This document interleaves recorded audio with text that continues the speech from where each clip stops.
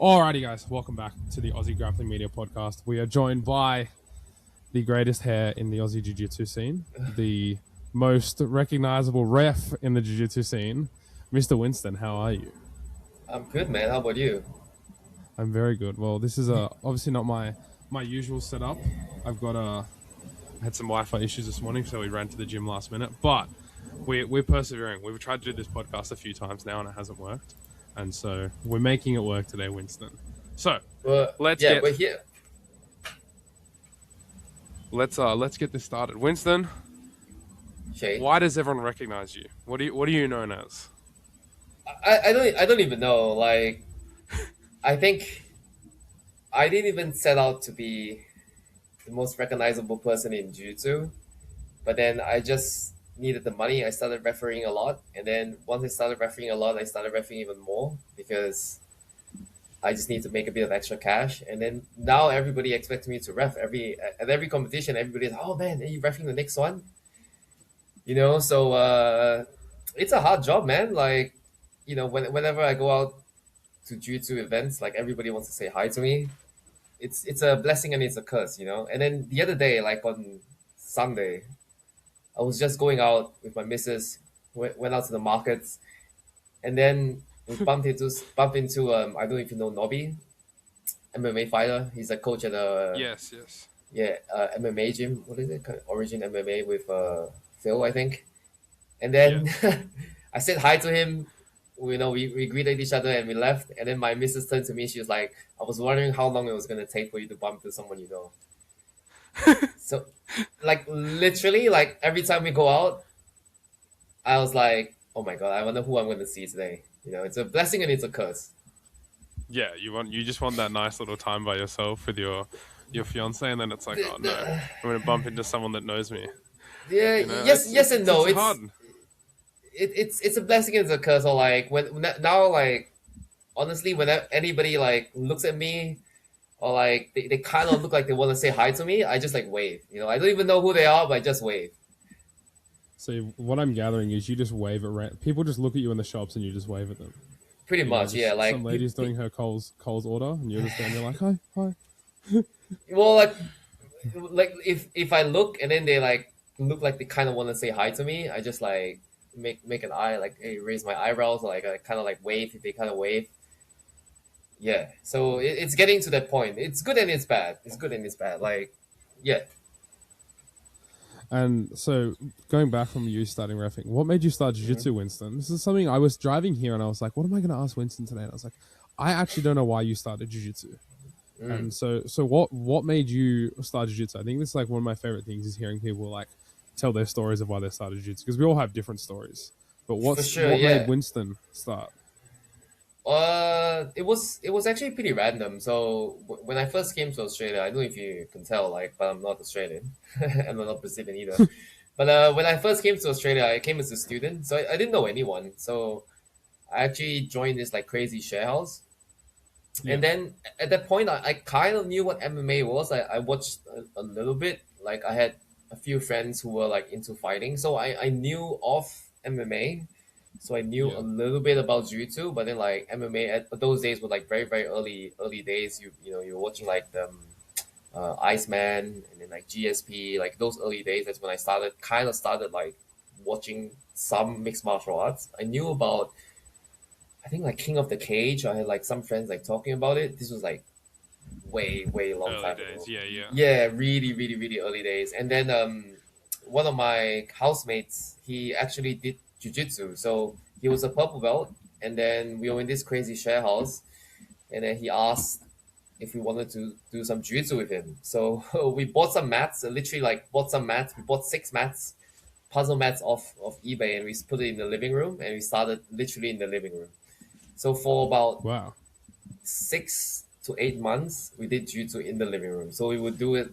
I think we started like twice a week, and then we after a few months, we're like, hey, we might need to upgrade the joint a little bit. So we bought 3 more mats. So we had like 3x3 like puzzle mats, and we literally started inside the living room. So that's my first taste of jiu-jitsu. And then after that, I think like people moved on, and then like he was moving out with his then girlfriend, which is now actually his wife. He has two kids with his wife.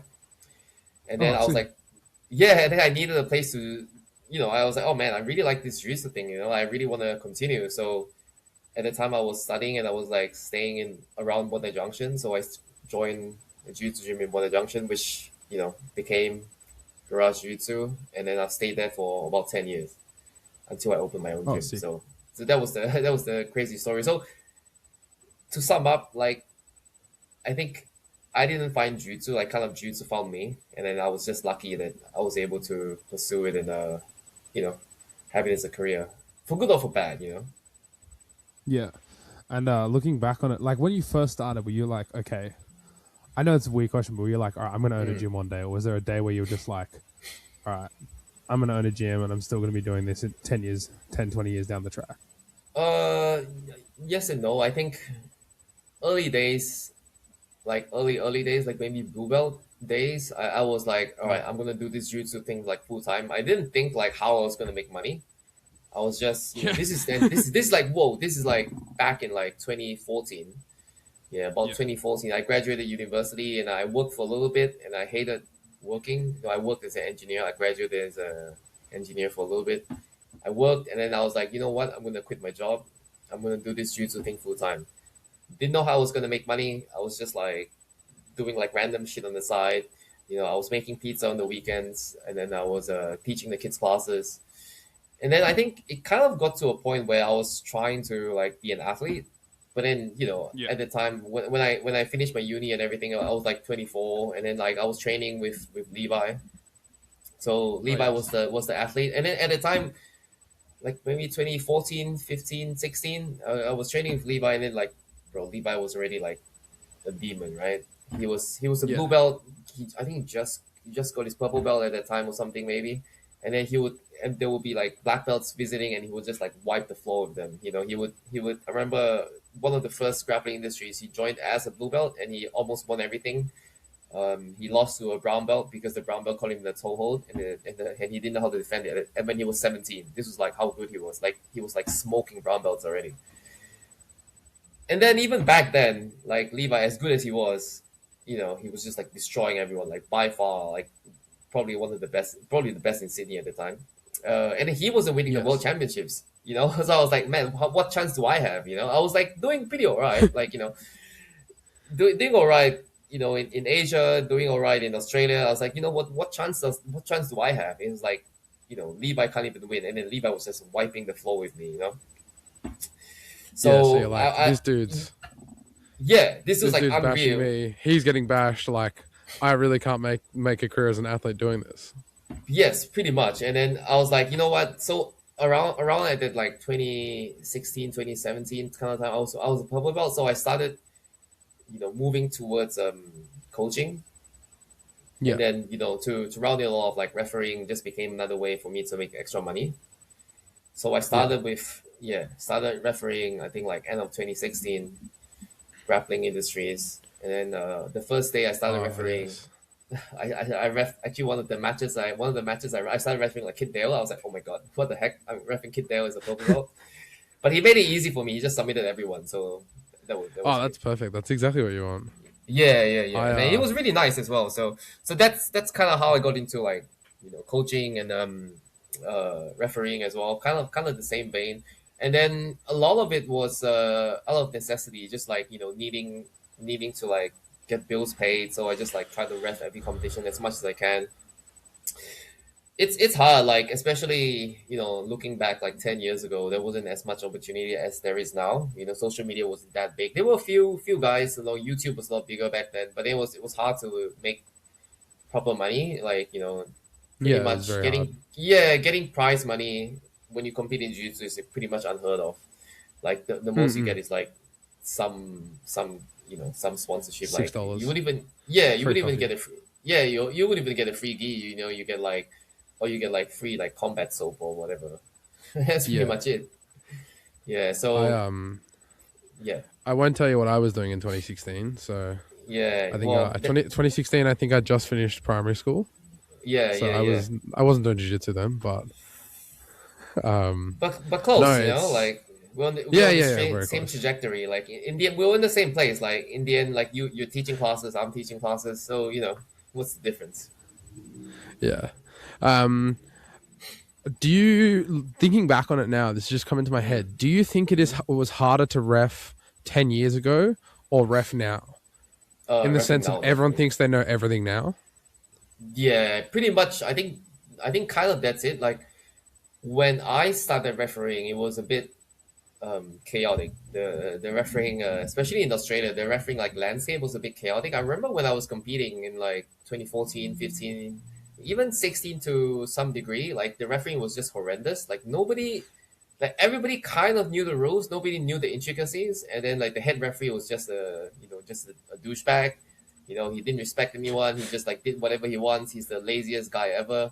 And then Yeah. eventually they kicked him out, and then they really cleaned it up. I mean, I have to give props to the federation for like really cleaning the refereeing up. You know, they got like good guys. They got very very responsible like, head referees that were able to like teach us and they teach whoever's like coming up the proper ways to ref. And then now Yeah. there's like you know I think it's harder to ref now definitely because there's the people get put on blast like if you do a shit move, if Yeah, the yeah, referee yeah. like falls asleep for like half a second and somebody goes out, you're like, oh my god, shit ref. I think it's a lot harder nowadays. And then a lot of people tell me like, oh, they'll never ref because it's never worth the trouble. And, funny enough, like Yeah. your coach told me that, like Carl told me like he'll never ref because it's never worth the headache and the trouble. He's actually had the same conversation with me because there was a point in time where I was like, okay, same as you. I was like, all right, I'm coaching full time, but it'd be good to get a bit of money on the side. I was like, oh, I'll start refing. And I remember Carl just going to me, he was like, I would never do that. He's like, Yeah. and I think, especially now looking back on it, and I'm not going to sit here and act like I've been super nice to every referee. I think Winston, you've Mm. told me a few times to settle down. um, but I think now it would be so hard, and I think I look at it now, I'm like, I'm so glad I never went down that path because like you just see at comps now, the Yeah. amount of people who think they know everything, and I constantly see you refing, and it's like I don't know, it doesn't happen as much with you because I think you sort of have the respect, but you see the new guys come up Mm. and they're getting abused, and it's like, Yeah. yeah, so that's actually funny. Like refing 10 years ago was a lot easier. It is a lot easier. And then like back then like you can slack off and you can put your hands in your pockets. You can wear whatever you want. You can wear like white socks. And then nowadays like you gotta wear a watch. You gotta wear the t-shirt. If you referee bigger competitions in Victoria, they want you to wear the suit. You know Stuff like that. Like it is. I think it is better and it is good that it is the point where it is now. But yeah, I think, and then especially now, everybody is like so updated with the rules. Whenever there's a rule change, there's like people making like Yes, everyone knows. 500 videos Yeah, about it. And then, if let's say like hypothetically someone's like a little bit newer to refereeing, they aren't like very familiar with these rules, they will get put on blast.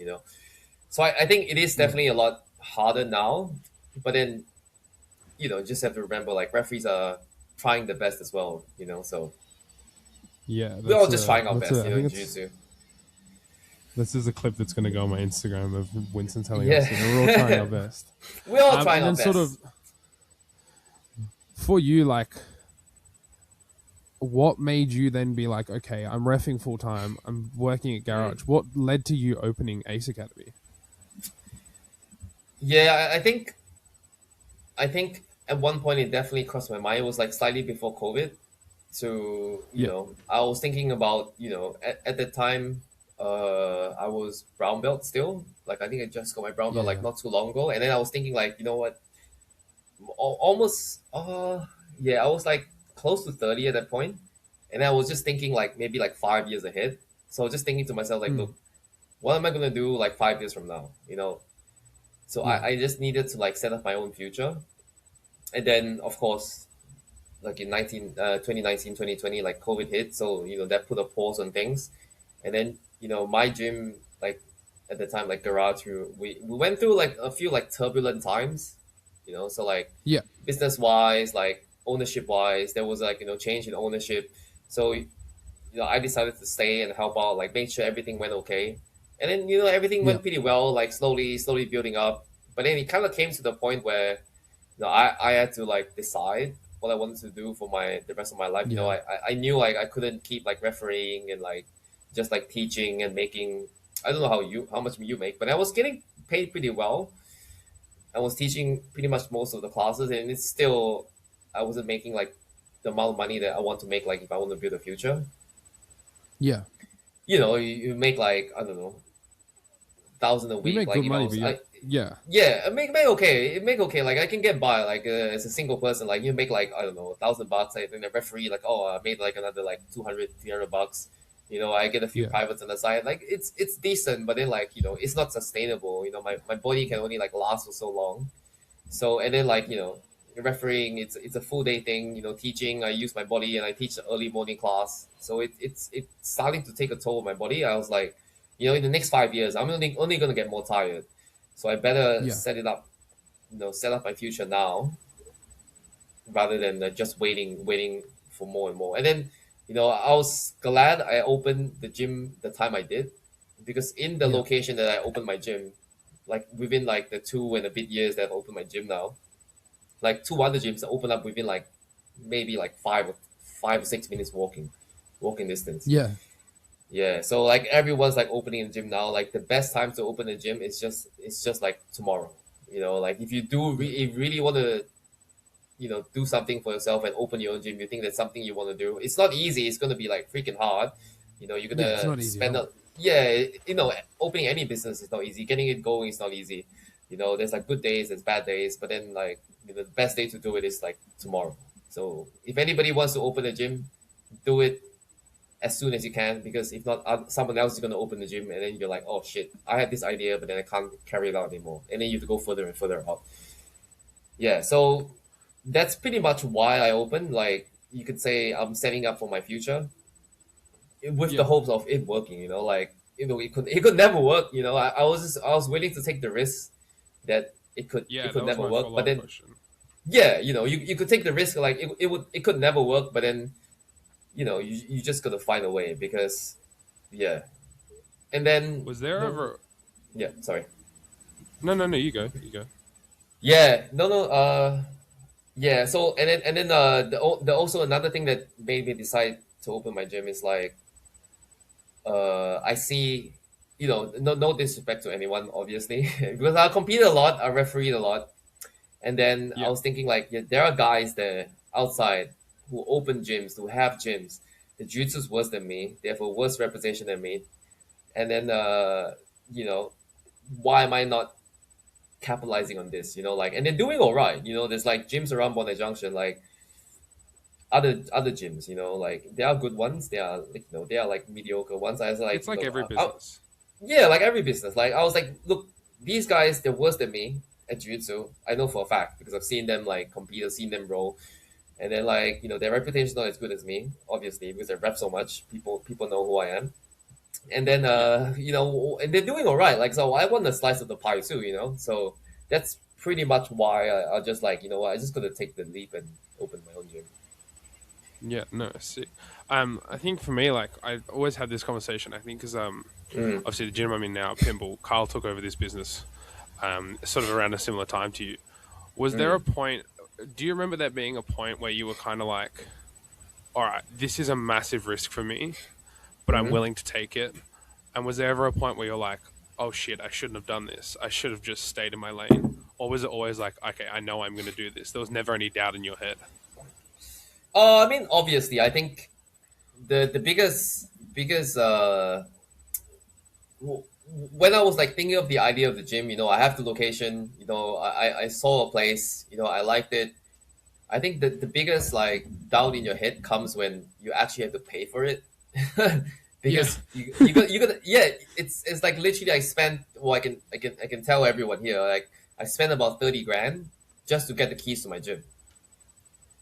No, we haven't started That's the zero. thing people don't realize. Yeah, because I had to pay the deposit, like 3 month deposit. Oh, 3 month, yeah, 3 month holding deposit for commercial property. Three Yeah. month holding deposit, 1 month deposit up front, and I had to get like lawyer fees, like to check the contract and everything. Like before I even started, I just got the key to my gym. I looked at it; it's like completely empty. I haven't spent $1 on it, and then it's like 30 grand.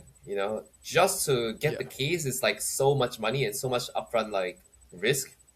At that time, I was like, holy Yeah. shit, I better make this work. And then I also decided to open in a location that's like pretty far from my old gym because I didn't want anybody like crossing over. I wanted to have Yeah. good terms. Yeah, I wanted to be on good terms with like the owner of my gym. So I opened like at least like 30 minutes away. That was I wanted to make that point. So I actually started with like zero people. I started with absolutely zero. I did not know who was gonna join. Like the first people who joined were just like random people who saw it. Pretty much, yeah, pretty much, yeah. So Well, that was those were the first people who joined. So I was taking like absolute risk. A lot of people like they open gyms, they know like, all right, I'm gonna have like 5 guys, 10 guys. I took like following me absolute across risk. from I was where I like, was. Yeah. you know what? I'm just gonna like take a complete stab in the dark. And then it took a while to get going, but then like the first few months was definitely like I was like, oh my god, I don't know if this I'm ever gonna make it, but slowly we were able to sustain it. Slowly getting more kids, more adults, and then I was lucky. I'm lucky now that it's like pretty much stable. Can always get better, but it's Yeah. pretty much stabilized. It's running. So yeah. So now I could see like, all And right, this is like something I can build upon. yeah, why? That was my other question. I was thinking today. I was like, what can I ask Winston? I'm like, I have a lot of questions to ask you. Yeah. Winston, for those of you who don't know, is my biggest fan. Whenever I put an Instagram story up or anything, this guy responds within like 2 seconds. It's hilarious. I am Shay's biggest So fan. I have a Yeah. lot of questions to ask you. But Yeah. for me, like thinking about it, why Leichhardt? Because it's like obviously you were in Bondi area, you probably built like a Yeah. sort of reputation around there. Like it's not like you were going from one suburb to another. You like you said, you literally moved 30 minutes across Sydney, and Yeah.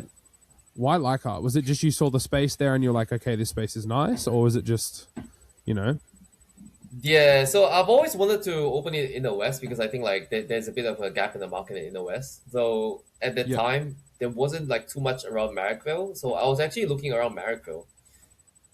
Now there's a little bit Oh, more, okay. but then like yeah, I was actually like a bit fixated on like Marrickville. I was like, okay, there's a big space, big warehouses, and there's a lot of families, decent amount of families around the area. So I was looking a lot around Marrickville, and I saw a few places.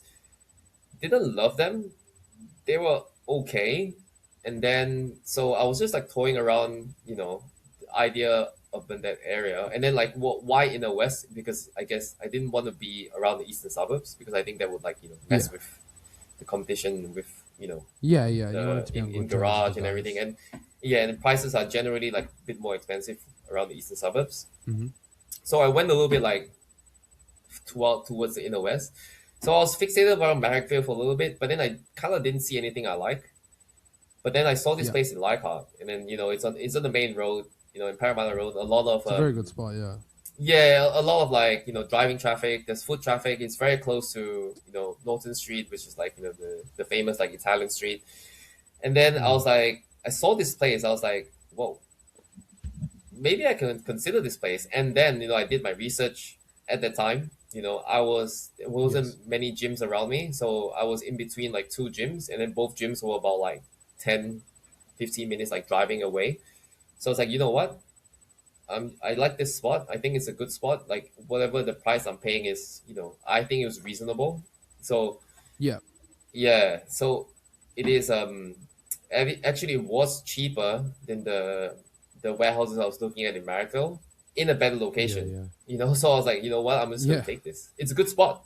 I was like, oh wow, it's a good spot. I'm gonna take it.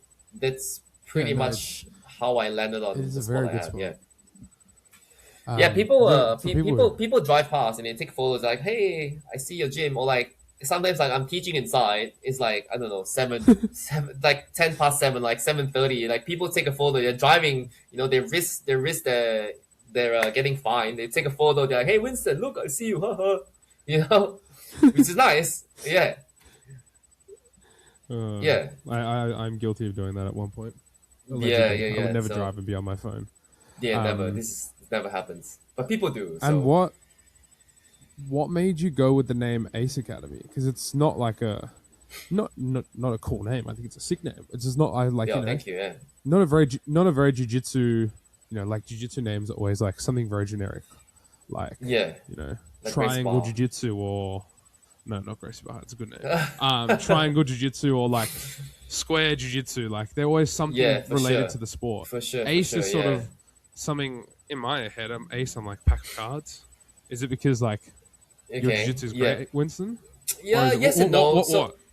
yeah, yeah, yeah. Okay, so there's an interesting story. There's like kind of like two sides to it. It's kind of a combination of things. So I was like, you know, I had a few things, and a few rules, a few like things to work around. So the thing is like I 100% wanted a name in English because I think Yeah, like a name in like a different language.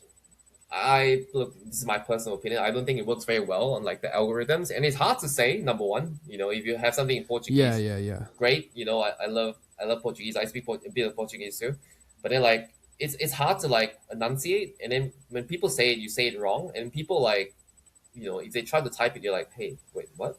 You know, how do yes, I how do yes, I how do I spell it? Like, wait, what? What is spell weird? So I yeah, definitely wanted something in English. That's number one. And then number yeah. two, like I like alliterations. So like alliteration is I like see. double A double J. So like Yeah, Ace yeah, Academy yeah, Jiu yeah. Jitsu. I think like it makes it easier to remember. I've actually never realized that about your name until you just said that now. You just Yeah, so blown it's my mind. yeah, so I had these like constraints. I was like, I'm gonna try to work within these like constraints. And then the true story of where the name came from is actually I was playing a video game. I was on my Switch. I was playing Pokemon actually. I guess you Oh kicked it. yes. Yes, so I was playing Pokemon, and then there was one point in the game where there was something about so it's like the game was in a school setting, and then the name of the competition was the Academy Ace competition or something like that. Because Yeah, they're yeah, like, oh, yeah. the best person in the academy, the school. I was like, oh, Academy Ace. I was like, what if I flipped it? Because there were Ace. like Yeah. other jiu-jitsu gyms that starts with the word academy, right? Like Academy 411 or like Academy Yeah. Jiu-Jitsu or like The something something yeah, yeah. academy, like like stuff like that. So like the word academy is already kind of in Jiu-Jitsu space. So I kind of like flipped it, and then I kind of toyed with the idea. I started putting it into like the a logo. Started getting like images made, and then I liked it. The name stuck, and then I made sure, Yeah. obviously, to do my research to make sure nobody else has the name in Australia, Yeah. and then nobody That's else actually did. that's So I registered it, I took it, and then made the website. that's actually cool. I didn't know that was the whole like double A double J. I didn't realize. Yeah, Um, yeah.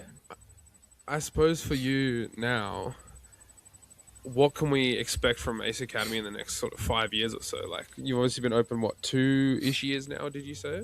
Yeah, two and a bit. Like, whoa, what can we expect? No, I am, hoping we can continue to serve the local community. Like, something I always wanted to do, like, for me personally, was to like serve the local community. So I know another reason why I chose the Inner West because the Inner West is like a very like tight knit. They support like local businesses. They like to Yes. support like the smaller corporations. The people who live in the area, like the locals. So that's what I want to do. I already have done a little bit. I'm teaching the high school kids, the local high school kids, like the school sport. So they come once a week to do Oh, jiu-jitsu. nice. Yeah, and then like I've also done a self-defense class for a local what do you call it? They're like community corrections officers, so they work with people who need to uh what is it, like the community corrections, like if you kind of go to jail and then like not really jail, if you Yeah. do something wrong and then you have to report to someone, like the officers, community Yeah, correction yeah, yeah. officers. I know what you mean. Yeah, yeah, Yes, and then yes. they don't have any like self-defense training. So one of the guys, like he does jiu-jitsu himself, so he contacted me, say, hey, can you give a class to these guys, blah blah blah. And he's just like around the corner. So like I really love like doing stuff like that, so I'm hoping to do more of that. Just like Yeah. serving the local community, like getting a little bit more involved with like the Inner West community, because I think it's a great community. I love that like everyone who comes to my gym are mainly people who live like less than 10 minutes away. All the kids they go to schools all around the very very close to my gym. So I think Yeah. maybe still like expanding on that, Yeah. and then yeah, I don't know, man. Just keep doing what I'm doing. Hopefully, in the next 5 years, you know, I can have a bit of a break. I've been teaching Yeah. all the classes, so hopefully I can get someone to like help me out, just to relieve a little bit of pressure from myself. But slowly, slowly, once it gets to the point where I can start like giving away some classes, I will. Yeah. Yeah, Yeah. and then yeah, I guess like personally that's where I'm at the moment. I'm trying to referee a bit less, Yep. to spend a bit more time, like with my family and everything like that, with my friends. Get a bit more time off, and then Yeah. hopefully Not that always that, that surrounded by is jiu-jitsu. yeah, not all about jiu-jitsu, but hopefully just that, and then still upholding like the values that we have at our Ace Yeah. Academy. Yeah. Yeah. And I just had a question in my head. So you said taking a step back from refing and spending Hmm. more time in your gym. Is that Yeah. because you feel that your students need it more as well? Like you want to be the coach that's there for them, or is it just because purely you're like, okay, I'm a bit getting to the point where like all I do is jiu-jitsu, or is it like we're going to see a Winston that turns into like a bit more of a coach and has more athletes sort of out there in the space? Like yes and no. I think like a bit of both. I think like now it's still I'm still trying to work out like how I can manage that. So what I do is like I try to tell my guys like, hey, maybe like there's these like 4 or 5 comps in a year, like we should like focus on like Yep. competing at these comps, and then I just make it a point like I won't referee at these comps, I'll just coach. I Yeah. think Okay. That was my other yeah, question. yeah. So like I'll try to say like, hey, these are the 5 comps, or like 4 or 5, whatever, like that we should try to focus on. That will be nice for like the guys to work towards. And then if you if you want to compete any other competitions, like yeah, sure, go for it. But then just remember like I might not be there, because Yeah. I might be refereeing, or like if it's a really small comp in like Port Macquarie or whatever, like Yeah. I'm not going to Newcastle. drive up there. Newcastle, I Yeah. was like, sorry, bro, I'm not Yeah. going all the way there. Like I'm Yeah. sorry, like I love you guys, but then like not that much. But Yeah. yeah, I guess just like having a bit of time off for myself, because I'm doing this for like a long time. I've just burned like all my weekends. Yeah, so Yeah. just want to spend a bit more time like enjoying like the fruits of my labor, like enjoying life a little bit when I can. Obviously, when I if I need the extra money, then of course I'll try I'll referee Yeah. a lot more. Or if there's like a big competition, they're like, hey Winston, we need you to ref if you can, like I don't know, in Melbourne or something, like then I will take that up. Yes. Yeah, luckily like my fiance is very understanding, so she understands that this is part of the deal. Part of this is part of me. This is Yeah, part the of part of Winston. the Yeah. deal of her coming in, she understands. So I'm very lucky Yeah. in that bit. That's very Yeah. lucky. I think I just thought of a question now. All right, you've spent a lot of time reffing, obviously been around the jiu-jitsu competition scene for a while. The debate that I'm hearing a lot at the moment is people, Mm, and it was actually funny. I was listening to a podcast about this morning. mm, The whole debate of gi jiu-jitsu is dying, no mm, gi is the new wave. And as a mm. ref and someone who's seen the scene, do you think gi jiu-jitsu is dying, or do you just think more people are training no gi as well? I don't think gi jutsu is dying, but I think definitely more people are training nogi. Like in general, I thought you were gonna ask me a different question about a different debate, but we can save it for another time. But in jiu-jitsu, Oh, okay. but yeah, something with three letters. But anyway, uh, but I don't think it's dying. I think definitely a lot of people are doing more nogi. I think in general, from what I can see, like when I'm refereeing and everything, like a lot of people they're still competing in the gi, and then there are a lot of people who still only compete in the gi. But I think Yeah. there are much bigger number of people now who compete only in nogi, which Yeah. is Yeah. back when I started, like maybe like 2014, 2015. That's like the very very minority. I would say like maybe like 5%. it's very rarely like when I started competing like 2014, 2015, like very, very rarely you see like a guy come up just at like 4 or 5 p.m. just from the no-gi division. It's very rare. But then Yes. now it's like so common. Like you see like blue belts, white belts even, like or purple belts, they You come just in want to do only at no-gi. like 3, 4 p.m. just do the no-gi, just do their 2 matches and they're done. But Yeah. nowadays definitely a lot more no-gi, especially kids as well, because Yeah. yeah, a lot of kids. I wouldn't say like I would say most kids as in like when they're below 16. Yeah, a lot of kids they Yes. still Yes. do both like gi and no gi divisions when they compete, but then I think Yeah, they definitely do. a I lot see. more. Yeah, a lot more kids are moving towards more no gi training and more like specifically like training no gi and then just doing gi as an extra thing on the side because there might Yeah. not be that many people competing no gi. Yeah. Yeah, so I think it's a bit more balanced now, but I think there's definitely a lot more people who still do only the gi, especially the masters competitors. I think the masters competitors they like Mm. to stay in the gi because it's a little bit slower. People are a bit more controlled. I think there are more masters like maybe master two, master three. They still kind of just stick to only the gi. The gi because it's slower. Yeah. Yeah, it's a bit slower. I think it's like probably easier on the joints, like easier for them to get more training in the gi because like Mm-hmm. maybe they're more like masters like themselves, like training in the gi, whereas like in no gi class you just get like demons, athletic demons, Yeah. Yeah, so I think there is still like a time and place. There's still balance. I think now maybe it's like more approaching 50-50, but then maybe in like 5 years there will be 60-40. I would say like 60% Yeah. doing more no-gi and then 40% doing the gi, competing anyway. Yeah. And okay, that's interesting because I obviously a lot of people say to me like, "Oh, the gi's dead." I'm not gonna act like I don't say the gi's dead. I'm training more no gi at the moment, but it's interesting you see, like you said, a lot of kids. The trend is whatever's going to happen with the kids, and obviously a lot of kids are still competing in the gi, which is cool to Yeah, see. Um, yeah, from your reffing experience, I think we're jumping a bit all over the hmm place here, but I've just had a for thought sure. come Yeah. into my head. Is there one match that you've reffed that sticks out in your mind? Or are you someone who doesn't really like remember the matches you're reffing? You're sort of like just focused on making sure you do the right thing.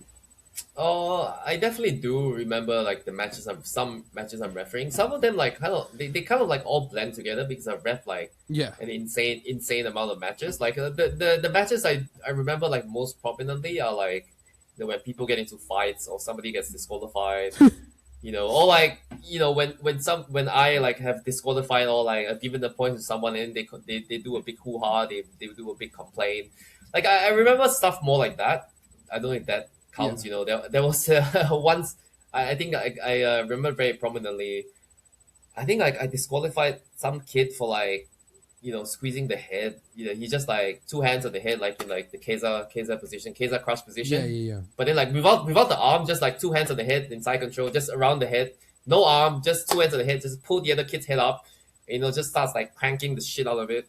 And they were like pretty Yeah. little, and maybe like I don't know 6 or 7 or whatever. So I told the kid like, hey bro, you can't do it, right? And then he Yeah. goes and does it again, and the other kid taps from the discomfort. So I stopped the match. I disqualified that kid. I was like, bro, I told you. And then the next day, I think the same day or the next day or something, like somebody sent an article to me on Reddit that the parent complained. So he put the video on Reddit, and it's complained about me. I was like, bro, what the heck? And then that's what I remember. Like I still remember who the kid is. I still remember the dad. I still remember the mom. And then everybody was actually luckily Reddit, everybody was like most people like they were agreeing with me. It can be a bit polarizing on Reddit, Yeah. but stuff like that. And then and then later I went back on to like check the thread, and then the thread was gone. The parent who put it up like took the video down because I don't think Took he it was down getting the 'cause, result. yeah. Yeah, he wasn't getting the He result he wanted. wanted. Yeah, and then later he actually didn't apologize to me. The parent, it was his partner who came up to me and apologized. So I was like, Yeah. I was a bit pissed that this kind of shit happens. Like you don't tell me. Yeah. At least like if you have an issue, like tell me straight away. Like don't go this like backward. Don't back- go. Yeah, Yeah. don't go like behind the back and like try to get the validation from Reddit. Like stuff like that, I remember. Yeah, or like people I getting think slapped and like complain. Yeah. Yeah, I think that actually like goes into a question and sort of a Mm. conversation I've been having with like a little conversation I had with Ash Williams the other day over Instagram. I know he at the Mm. moment is sort of championing this, like the culture around jiu-jitsu is changing, and I think I agree. Mm. To an aspect, like it's changing for good and changing for bad. Do you Mm. think from like a ref's point of view, we're getting to the point where there's a bit of a negative competition culture brewing in Australia? Or do you think like we're not too bad? Yeah, like what are your thoughts? Because I think I know personally from being at competitions and coming up to like sort Mm. of quite a few years coaching now, I've seen over Mm. time, and it's changed quite a lot. And I played rugby growing up; it was very similar. What do Yeah. you think? Do you think there's like a negative culture slowly coming into the sport, and like, is there anything we can do to stop that? No, I don't think. I don't think there's anything. I don't think. I think, in general, like competitions, I still it's still I don't think there's any like negative culture like coming up or anything. Like what I can Yeah, see anyway, like in person, I don't think there's any like negative culture. But I think online there is a little bit more. I think online when something happens to someone, it's very easy for them to like let like the person on Reddit like to blast people online, or like to like click farm, or yeah, to spin the story in a certain way to get to get support from people views. who might not have the full context. I think in person people are still like very nice, very friendly. I think overall it's still very positive, like for good or for bad. Like I think it hasn't really changed. Like people are still very friendly. Like most competitors, like although the match might be a little bit intense. Like usually after the match, they're like everything, let bygones be bygones. Whatever happened in the match, like they shake hands, they respect each other for like stepping onto the mat to compete. Like that, I think is like all normal. But I think Yeah, if there is like any negative culture, it will be whatever people post online. yeah, And okay, then people like spinning the story in a certain way that they want to. I think because of yeah, the prominence of like everybody has social media account, and then people be sharing and stuff like that, especially like there's like maybe like big jiu-jitsu personalities, like, or let's say like people who do content, let's say like Ash Williams, like he does like reaction stuff, or like Josh Saunders, he does like yeah, reaction stuff, like when people do that, this kid becomes like more and more prominent and more people talk about it. I think yeah, like it might always be the best because there's no context behind it. But then I think yeah, that's, if there is like anything negative about the competition, I think that's the bit. It's not saying that like people doing reaction videos are bad, but then like yeah. No, I think it's people, good. yeah, I think it's good, But then like I think people who try to spin the story a certain way, you know, or like Yeah, maybe like for example, like somebody competing against someone, and then trying to make the opponent look bad or like whatever, yeah. I think that kind of aspect is not always the best, and I've definitely been seeing it a little bit more. Hmm. But then yeah, overall I think it's okay. Yeah.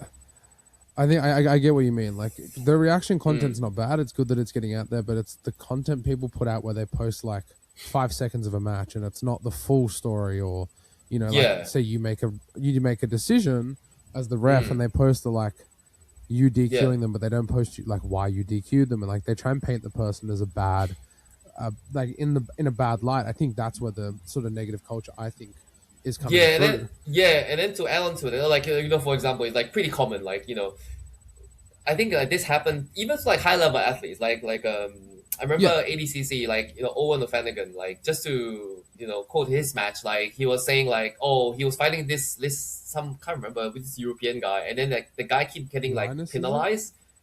Yeah, he keep getting penalized, and Yes. then in the end of the day, like Owen won. But and then everybody was like, bro, why didn't he get like negative point? Then why didn't he get negative point? But then like in ADCC, it works that like you get penalized and then you start moving, so then you don't get the negative point. Yeah. So like, or like some athletes, like two athletes, like they have like a really tight match, for example, Hmm. hypothetically, right? Let's say they have a really tight match, like 6 minutes of action or whatever, but they only post their highlights and then they post themselves losing the decision. Then people are Yeah. outraged. People are like, oh my god, like how can you lose the decision? Like I just see you like smashing the other guy, but then like, bro, you didn't even post the full video. You didn't post the full video. Yeah. Yeah, and then like stuff like that. it's not the best because nowadays it's so easy to see only the highlights or to post only the highlights or to post like to spin a story a certain way where you try to make yourself look best, which is like on social media, like a lot of the times like people just post the highlights, they want to make themselves look good, so which is fair enough. Yeah. But then like I think that's the negative bit of it. And I think also coming back to the comp scene over the years, do you think we are? I think we are, and I got to like figure out how to phrase this question in my head because it makes sense in my head, but might not make sense when it comes out of my mouth. But do you think the Australian Jiu-Jitsu scene in the time you've been in it has grown massively? And like, do you think there's still heaps of room for growth? Yeah, I think that definitely has. I think like it's good that the Australian scene has like grown like massively. Like just the amount of competitors, and then like the quality of competition. I think the quality has always been pretty good, but then maybe I think 12 years ago, like when especially Brazilian athletes, they visit Australia for like a seminar or something, and they come here and then they roll with the guys. They're always shocked. They're like shocked. They're like, wow, you guys are actually good at jiu-jitsu. Yeah. I remember it was actually, I don't know if I should name him, but then there was a very famous athlete that came to my gym, especially in my gym in the garage. This guy is like 11 time world champion. He came to our gym and this was like, holy crap, this was like maybe like 2017, 2018. Yeah. And then they were giving a seminar. This person was giving a seminar. And then, they taught like, X guard and like some like transitions. And then they're like, yeah, this is like really complicated, blah, blah, blah, X guard transition. And then he finished teaching and then he's like, all right, go. And then we started practicing the technique. And then he was like shocked that we could all get it so quickly. Yeah. I was like, bro, we have good jiu-jitsu, man. Yeah. I think Australia has very underrated jiu-jitsu. Yeah, I think now like people are starting to understand because like there's like a lot of high level like Australian athletes, like Levi, Ari, Adele, guys like Lachlan, obviously Declan, these guys have like spearheaded like Australian jiu-jitsu. Now people know like we do have good jiu-jitsu, but I think we have good jiu-jitsu like all along, and of course Craig Jones, we have good jiu-jitsu like all along, and just people just didn't know it, and then people think like we are just like backwards country, but actually we have like really good jiu-jitsu for like a really long time. People just don't know it. Yeah, and then maybe it's better that I didn't name this athlete, but then this like 10-time world champion refused to roll with Levi because he knew how good he was. He just like flat out he rolled with like he would rather roll with other people. He just refused to roll with Levi. That's actually quite funny. Yeah. Talking of, you just brought up a name, and I was going to bring this up at the start of the podcast. Declan Moody. Declan. How have you dealt with the fame after Declan Moody name dropped you on his White Monster podcast? I didn't even know that Declan name dropped me, but Declan's a funny guy. He's a funny guy. He's a good guy. He's there was one point in time Declan actually gave me heaps of shit for ages because like I was refereeing the M16 Open, and then I didn't give him points for something. I think can't remember. I can't even remember what it was, but then he always like, whoa, 2 points. He just gave me like heaps of shit. And then shout out to Declan. He's a good guy. No, I remember driving home and I was listening to Declan's podcast, and he was like talking about this ref in Australia with long black hair. And I was like, you're talking about Winston. And then he name dropped you. And I remember literally like, I think I pulled my car over and I was like, Winston, Declan just name dropped you on the White Monster podcast. I remember very clearly that Declan. I actually rode with Declan. Wow, it was actually a very painful experience. And this was like before Declan blew up on the competition scene, and maybe like 2 years before he blew up. He was getting good results. I think this was before his win, before he won the trials. So I think the I can't remember 2022, before 2022. Yeah, because he lost the Australian trials. He lost the Australian trials when the trials were last in Sydney. He lost, so he came to my gym. Yeah, 2022. Yeah, 22. Yeah, he came to my gym and I rolled with Declan, and it was a disgusting experience. It was like he was just destroying me. He was just like giggling as he like, you know, I don't know. He just did whatever he wanted. He was like smothered, and then his friend told him like, "Hey, Declan, get a wrist lock on Winston." He's like, "Don't worry, bro, I got you." And he wrist locked me like 3 times. It was actually pretty disgusting. Yeah. Yeah. Look, we've been talking quite a while. I've got a few little questions to ask you. I'm very cautious of the time. I know you're a very busy man, Winston. When can we next see Winston on the Subversion stage? Like refereeing? No. We know we're going to see you refereeing. We're all sick of seeing you refereeing. We need the return of Winston. I think are you undefeated on Subversion, Winston? I am 2-0 on Subversion. Yes. Yes, very nice. Yeah. So I don't know. Like, look. Like, honestly, like, people have asked me this question before. Like, if the right person, the right offer comes, like, I think honestly, I'm like winding down my competitive career because nowadays I'm enjoying like just coasting and like just teaching and helping other people. I'm still like I still can compete if I want to. I just don't have that like hunger because like when talking about the last Subversion match when I opened my gym. Well, it was very exhausting. I don't know who that was against. Yeah, I don't know either. I don't know who that was against, but there's a poster. You can just turn the camera to the poster in the gym. Yeah, there's a poster in the far corner of it. Yeah. But then it was actually very exhausting because I had to find my own time to train, and then I was like teaching a lot. So I had to, I was lifting weights, and then I was like trying to find my own time to train in the middle of the day, like with like people I trust. So it's actually very tiring. And then like when I compete, I want to like have a good training, and like I want to be in the competition mindset because it's very different from like regular training. And then like in regular training, like I'm the coach of the gym. People looking at me like for advice. I'm always there like watching other people, like giving them advice. But then like when I'm competing, like I got to think of my own thing, and then like the way I roll is also different.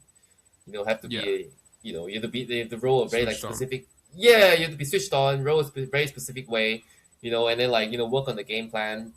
All these things like make it very tiring, and then it was very exhausting, like a preparation. I didn't prepare very long, but like I remember I did like 4 solid weeks of like just like locked in kind of training, and it was very exhausting for me. So I don't know if I will do it again, but then like I guess for the right offer and for the right opponent, I might consider it. Yeah. So if George comes to you tomorrow, and he goes, "There's a match that keeps getting called out in the Subversion comments, and there's only one man behind this call out, and that's our Mark Scott." And, So if George comes to you tomorrow and he says, "Look, Winston, we've got a match for you. It's you and Mark Scott versus Shay. Are you taking that match?" Well, I'm taking that match every single day of the week. Me and Mark Scott, we like Tag Mark team Scott will jiu-jitsu? take Mark Scott will take like your left leg, and I'll take your right bicep. I don't know what we can do about the other limbs. I've seen your squats. They're pretty heavy. But we might have to call for reinforcements like me, Mark, and Mob, 3 versus 1. Ooh. Okay, 3 versus 1. That's 3 versus 1. Okay, if George and Matt are out there and they want to throw on like a random match out of nowhere, 3 versus 1 jiu-jitsu, I think it'll do very well. And I suppose the other one, and the question I think, like over running, I've run heaps of podcasts now. The one that I ask a lot of people and interests me the most, because it's sort of something I think about quite a lot with my own jiu-jitsu, is once it's all said and done, and when you're like, okay, I'm not coaching anymore. Maybe you sell your business and you're sort of settling down. How do you want to be remembered? How does it, if someone's like, oh, what was Winston like? How do you want to be remembered to everyone? Like as a person, or as like in a jiu-jitsu kind of as a person in a jiu-jitsu setting, like just in general. Yeah, well, look, I think as a person, I think I think someone, I think I want people. Well, I guess they kind of cross over. Like let's say as a person first. Let's say like my close friends and family, or like people who know me really Mm. well. I think like I want them to, you know, remember me as someone, someone reliable, someone they could trust. Someone who upholds like moral values and like honesty. I think Yeah. because like these things are important to me, and that's also how like I run my business. I Yeah. run my daily affairs, I guess. Yeah, and then like I guess Yes. jiu-jitsu wise, I don't know. Like I guess you know I just want people to like you know have fond memories of like me reffing them for good or for bad, or like the guy that Hmm. they always see, and then like I guess like someone that they that is personable. They can like always come up to me and like say hi. Say hi. They shake Yeah. my hand. Every time in competition, of course, I was making jokes in the start, like I just say hi to everyone, which is kind of true. But then like I try to like take time to like say hi to everyone, to the Yeah. table staff, like I try to remember their names as much as I can. Or like when the like parents come up to me, they say, oh, you refereed my son and blah blah blah. I try to like make an effort, like, oh, I say like, oh yeah, cool, like I say, oh, what's your child's name and blah blah blah. Like I try to make an effort, like if there's anything, like I want them to remember that, more, even more than Yeah. me, like, oh, they're a good referee, or like anything blah blah blah, you know but yeah, more than that, than anything, like hopefully they can remember me as someone like they can come up to, they say hi. Come up to. And then I'm always like willing to like spend extra time to them, like talking and everything, like hopefully Yeah. they can remember that.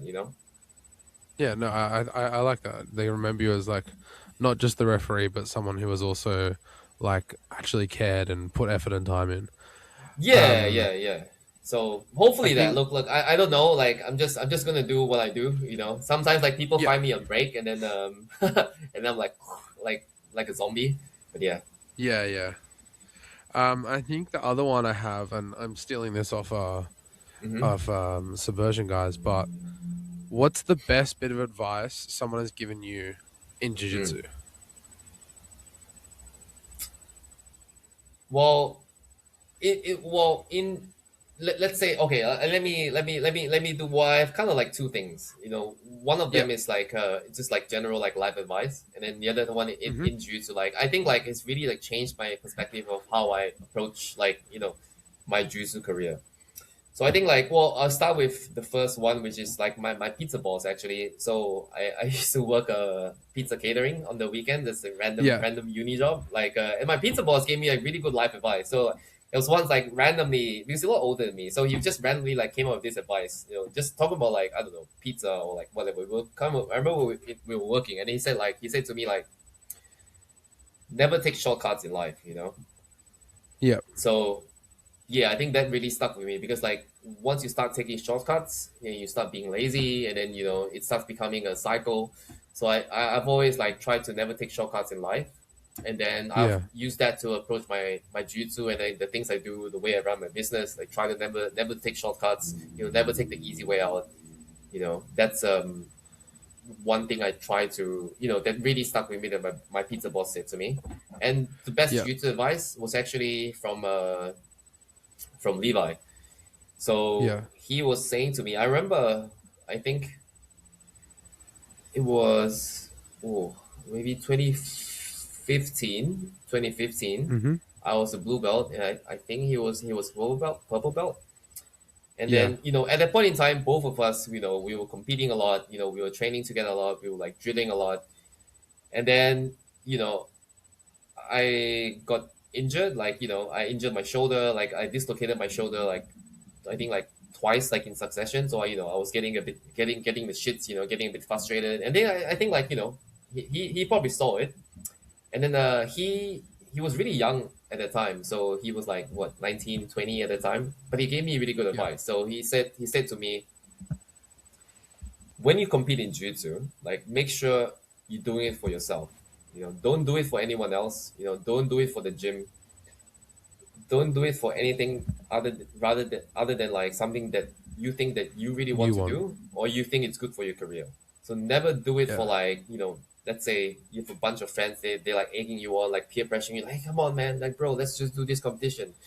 Or like, back in the day, the owners of my gym, like, hey, bro, you should do this competition. I think you're going to win. We're going to win points for the gym. Like stuff like that. Yeah, he told me really good advice, and he said, like, never do anything you don't want to do. Make sure it's something that you really want to do, and it's good for your career. Because at that point in time, we were both training full time. We were trying to chase, titles, getting good at jiu-jitsu. And I think that really stuck with me, So, when I compete in the future, like, I've always done it for myself. I've never done it for like anyone else, because you can kind of like fall into the trap of like, promoters telling you like, hey, you should take this fight. It's a good opportunity. There's a lot of money on the line. But then if it's like not good for you and not good for your career, you don't feel right about it, then you shouldn't take it. And then I think I like that. I think it's like really stuck with me.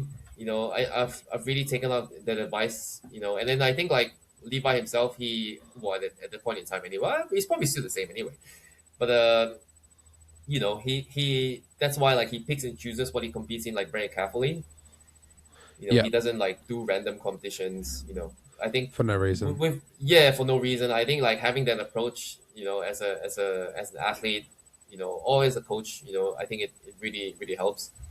So now I still use the same, I go by the same mantra, only compete when it suits me, only compete when I feel good about it. I think it's really important, especially now there's like so much choice. There's competitions like every week. There's so many promotions, you can kind of get lost in the sauce a little bit, but that's the best advice someone has given me in jiu-jitsu. No, I actually really like that. That's like I think as someone who's like an athlete and doing what I'm doing now, that's like very, very, very good advice. So yeah, thank you, man. If I ever get asked that question, I will. Thanks, Levi. Well, thanks, Levi. Shout out, Levi. And I think my last question, because I'll let you go back to your busy life, but how excited are you to get to spend the weekend with me at ADCC trials this year?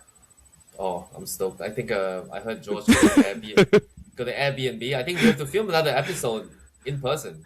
Yes, we should. I'm gonna bring the stuff with me. We'll film a cool episode up at the Airbnb. We're gonna have to. Yeah, me, you, and George. Post trials. Me, you, and George. What a podcast that would be.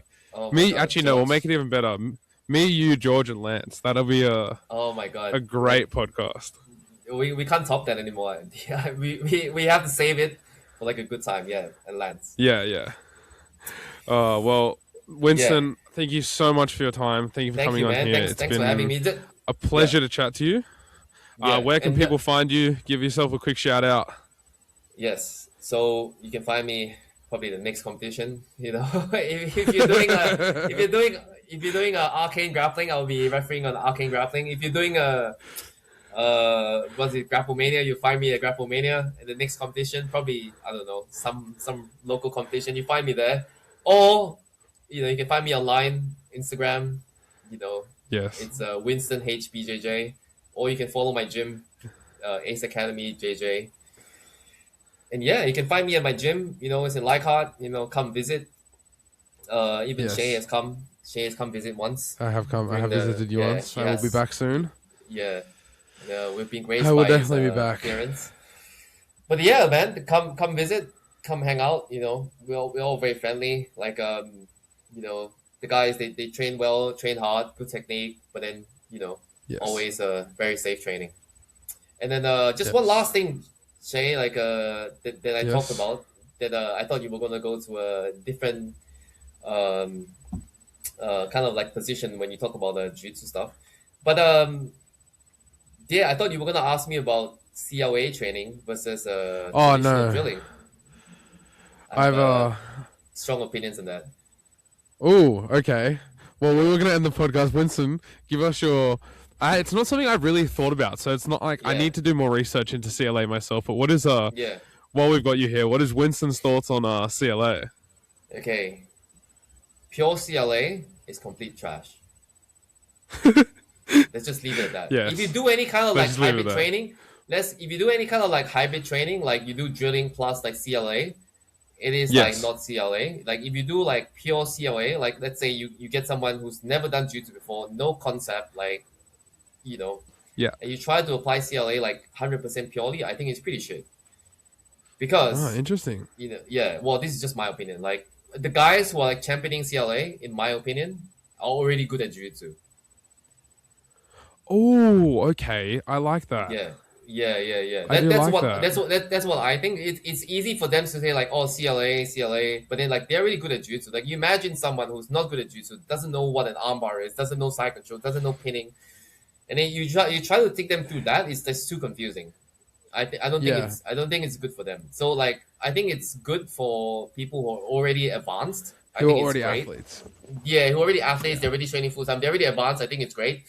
But Yeah. you know, the best athletes in the world, none of them are pure CLA. Yeah. Okay. Athletes, Interesting. not just combat sport athletes, like athletes. Like imagine LeBron James, Kobe Bryant, Steph Curry, Tiger Woods. Yeah. Do you think Do you think they've done CLA? No way. Like Okay, I like this. That's a good. yeah, Roger Federer, like Rafael Nadal, man, I don't know, Yannick Sinner, like Lewis Yeah. Hamilton. But I don't know, just name any sport, name any athlete. Like Serena Williams, I don't know what you want to name. Like, you know, the Olympic athletes, athlete, like yeah. the recent one, Alyssa Liu, like the skating one. Oh my god! Like, do you think they do CLA when they started? No freaking way. Yeah. That's Oh, it. That's that's my opinion. I like that. When you said you thought I was going to bring up a different debate, my head was somewhere else. So I'm glad you thought that didn't was- bring up the I thought debate it I was- thought we were going to have. I thought it was CLA. So No, yeah. no. Well, thank you for that, Mr. Winston. Well, like I thank said, you. it's been absolute pleasure. And yeah, everyone go check Winston out, and we'll see you guys soon. see you. Give us flex.